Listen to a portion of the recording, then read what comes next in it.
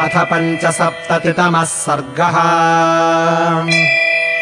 दिवम् तु तस्याम् यातायाम् शबर्याम् स्वेन तेजसा लक्ष्मणेन सह भ्रात्रा चिन्तयामास राघवः। चिन्तयित्वा तु धर्मात्मा प्रभावन्तम् महात्मना हितकारिणमेकाग्रम् लक्ष्मणम् राघवोऽब्रवीत्। दृष्टो मया श्रमः सौम्य बह्वाश्चर्यः कृतात्मना विश्वस्तमृगशार्दूलो नानाविहगसेवितः सप्तानाम् च समुद्राणाम् तेषाम् तीर्थेषु लक्ष्मणा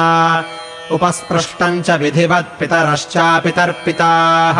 प्रणष्टमशुभम् यन्नः कल्याणम् समुपस्थितम् तेन त्वेतत्प्रहृष्टम् मे मनो लक्ष्मणसम्प्रति हृदये मेन रव्याघ्रशुभमाविर्भविष्यति तदा गच्छ गमिष्यावः पम्पान्ताम् प्रियदर्शनाम् ऋष्यमूको गिरिर्यत्र नातिदूरे प्रकाशते यस्मिन् वसति धर्मात्मा सुग्रीवोऽंशुमतः सुतः नित्यम् वालिभयात्रस्तश्चतुर्भिः सह वानरैः अहम् त्वरे च तम् द्रष्टुम् सुग्रीवम् वानरर्षभम् तदधीनम् हि मे कार्यम् सीतायाः परिमार्गणम्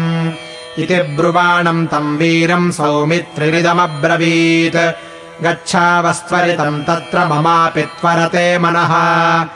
आश्रमात्तु ततस्तस्मान्निष्क्रम्य सविशाम् पतिः आजगाम ततः पम्पाम् लक्ष्मणेन सह प्रभुः समीक्षमाणः पुष्पाढ्यम् सर्वतो विपुलद्रुमम् कोयष्टिभिश्चार्जुनकैः शतपत्रैश्च कीरकैः एतैश्चान्यैश्च बहुभिर्नादितम् तद्वनम् महत् स रामो विविधान् वृक्षान् सरांसि विविधानि च पश्यन् कामाभिसन्तप्तो जगाम परमम् ह्रदम् सतामासाद्य वै रामो दूरात् पानीयवाहिनीम् मतङ्गसरसम् नाम ह्रदम् समवगाहत तत्र जग्मतुरव्यग्रौ राघवौ हि समाहितौ स तु शोकसमाविष्टो रामो दशरथात्मजः विवेशनलिनीम् रम्याम् पङ्कजैश्च समावृताम् तिलकाशोकपुन्नागबकुलोद्दालकाशिनीम् रम्योपवनसम्बाधाम् पद्मसम्पीडितोदकाम् स्फटिकोपमतोयाम् ताम् श्लक्ष्णवालुकसन्तताम् मत्स्यकच्छपसम्बाधाम् तीरस्थद्रुमशोभिताम् सखीभिरिव संयुक्ताम् लताभिरनुवेष्टिताम् किन्नरोरगगन्धर्वयक्षराक्षससेविताम् नानाद्रुमलताकीर्णाम् शीतवारिनिधिम् शुभाम् पद्मसौगन्धिकैस्ताम्राम् शुक्लाम् कुमुदमण्डलैः नीलाम् कुवलयोद्घाटैर्बहुवर्णाम् कुथामिव अरविन्दोत्पलवतीम् पद्मसौगन्धिकायुताम् पुष्पिताम् रवणोपेताम् बर्हिणोद्घुष्टनादिताम् सताम् दृष्ट्वा ततः पम्पाम् रामः सौमित्रिणा सह विललाप च तेजस्वी रामो दशरथात्मजः तिलकैर्बीजपूरैश्च वटैः शुक्लद्रुमैस्तथा पुष्पितैः करवीरैश्च पुन्नागैश्च सुपुष्पितैः मालतीकुन्दगुल्मैश्च भण्डीरैर्निचुलैस्तथा अशोकैः सप्तपर्णैश्च केतकैरतिमुक्तकैः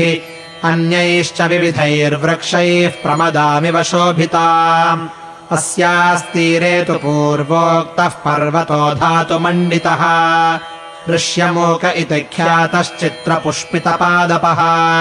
हरिरक्षरजो नाम्नः पुत्रस्तस्य महात्मनः अध्यास्ते तु महावीर्यः सुग्रीव इति विश्रुतः सुग्रीवमभिगच्छत्वम् वानरेन्द्रम् नरर्षभ इत्युवाच पुनर्वाक्यम् लक्ष्मणम् सत्यविक्रमः कथम् मया विना सीताम् शक्यम् लक्ष्मण जीवितुम्